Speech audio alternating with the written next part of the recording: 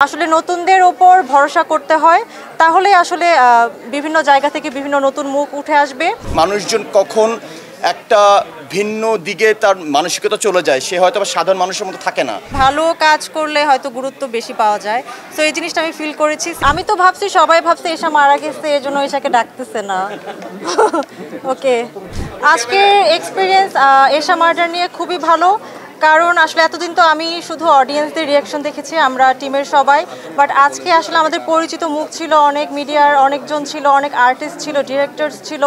So ওনারা যখন নেমে বলছিল তুমি ভালো করেছো, এবং ওনারাও আমাকে এসা বলে ডাকছিল। সো এটা আসলে আমি গ্রেটফুল তাদের কাছে। একটু আগে চঞ্চল ভাইয়া নেমে আমাকে বলছিল হেই এশা, কংগ্রেচুলেশনস। সো এটা আসলে আমার কাছে অনেক বড় পাওয়া, এবং আমি আসলে আপ্লুত খুশিতে, এবং সবাই আসলে এশা বলেই ডাকছে আমাকে।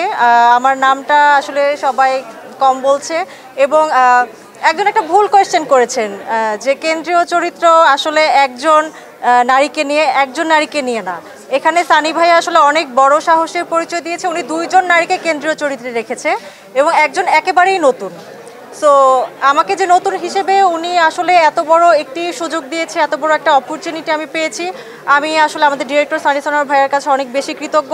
আসলে নতুনদের ওপর ভরসা করতে হয়, তাহলে আসলে বিভিন্ন জায়গা থেকে বিভিন্ন নতুন মুখ উঠে আসবে আমার মতো, এবং আপনাদেরকে ভালো ভালো কাজ উপহার দিবে। নতুন সেনোরা, গাইনোকোলজিক্যাল সোসাইটি দ্বারা স্বীকৃত নিরাপদ ও সুগন্ধিমুক্ত স্যানিটারি ন্যাপকিন সেনোরা। খুবই ভালো ছিল এক্সপিরিয়েন্স, কারণ সবাই আসলে অনেক হেল্পফুল ছিলাম, এবং এখানে আসলে নতুন হিসেবে আমাকে কেউ ট্রিট করেনি টিমে, এটা সবচেয়ে ভালো দিক ছিল। প্রথম দিন আসলে সবাই তো জানতো না আমি কি করেছি, এরপরে যখন আসলে ক্যামেরার সামনে দাঁড়াই, এরপরে আসলে পুরো সিনারিটা চেঞ্জ হয়ে যায়, এবং সবাই আসলে হয় কি ভালো কাজ করলে হয়তো গুরুত্ব বেশি পাওয়া যায়।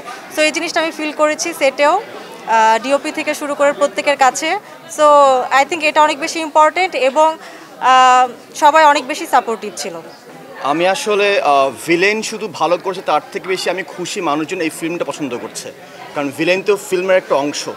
একটা চরিত্র হিসেবে যদি উঠে আসতে পারি এবং সেটা যদি ফিল্মের ভালো হওয়ার জায়গায় কন্ট্রিবিউট করতে পারে, সেটা আমি আসলে সবচেয়ে বেশি পছন্দ করছি। আর ব্যক্তিগতভাবে আসলে আমি খুবই খুশি যে মানুষজন, একদল মানুষ আমাকে হেট করছে, আরেকদল মানুষ আমাকে ভালোবাসছে, বিকজ দুইটাই হচ্ছে বিকজ ক্যারেক্টারটা তারা বিলিভ করতে পারছে। এটা আসলে অনেক বড় একটা প্রাপ্তি।